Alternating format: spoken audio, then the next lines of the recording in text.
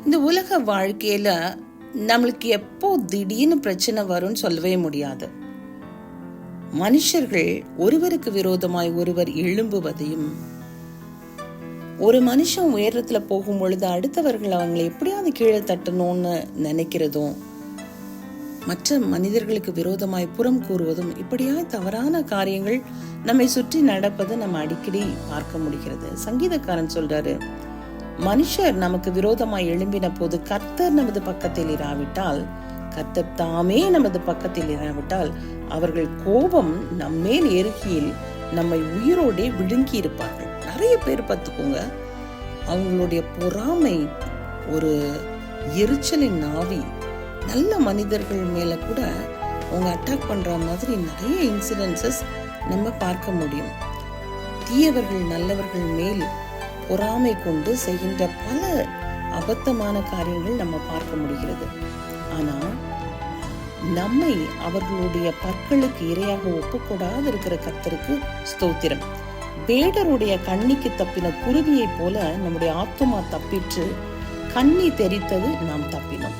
நம்முடைய சகாயம் வானத்தையும் பூமியையும் உண்டாக்கின கர்த்தருடைய நாமத்தில் உள்ளது. கர்த்தரை நம்புகிறவர்கள் என்றென்றைக்கும் அசையாமல் நிலைத்திருக்கிற சீயோன் பர்வதத்தை போல் இருப்பார்கள். பர்வதங்கள் எருசலேமை சுற்றி இருக்கும் போல கர்த்தர் இது முதல் என்றென்றைக்கும் தம்முடைய ஜனத்தை சுற்றிலும் இருக்கிறார். அவரோட ப்ரொடெக்ஷன் தான் நமக்கு ஒரு பெஸ்ட் ப்ரொடெக்ஷன். ஸோ அது பிசாசோட கண்ணியா இருக்கலாம், இல்லை மற்ற மனிதர்களுடைய பொறாமை கண்களா இருக்கலாம், தீமையான கண்களாக இருக்கலாம். ஆனால் எல்லாவற்றுக்கும் நம்மை பாதுகாப்பது கர்த்தர் மாத்திரமே. வசனம் தெளிவா சொல்லுது, கர்த்தர் நகரத்தை காவாராகில் காவலாளர்கள் விழித்திருக்கிறது விருதா.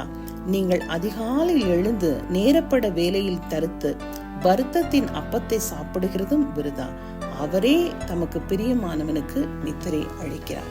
ஸோ நம்மளுடைய வாழ்க்கையில அந்த சேஃப்டி ப்ரொடெக்ஷன் எல்லாமே it is from the Lord himself.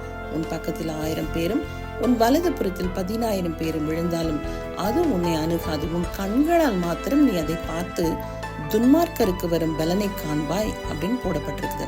தேவ பிள்ளைகளுடைய ப்ரொடெக்ஷன், ஆண்டவருடைய அன்பு மாத்திரமே. அவர் ஒரு பெரிய